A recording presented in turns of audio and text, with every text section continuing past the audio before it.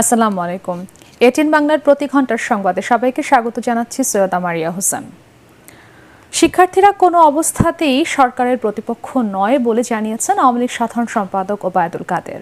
জাতিসংঘ ও উন্নত দেশের সহায়তায় হতাহতের তদন্তের ব্যবস্থা গ্রহণ, শিক্ষার্থীদের হেনস্থা না করার নির্দেশ দেওয়া সহ সরকার সকল দাবি মেনে নিয়েছে বলেও জানান তিনি। ধানমন্ডিতে আওয়ামী লীগ সভাপতির রাজনৈতিক কার্যালয়ে সংবাদ সম্মেলনে ওবায়দুল কাদের বলেন, চলমান পরিস্থিতিতে নাগরিক সমাজের অনেকেই নানা ধরনের মন্তব্য করেছেন, কিন্তু তাদের মন্তব্যের সুযোগ অশুভ শক্তি যেন না নেয় সেদিকেও খেয়াল রাখতে হবে। রহমান স্বাধীন বাংলাদেশে নিষিদ্ধ জামাতে রাজনীতির বৈধতা দেয়, যে কারণে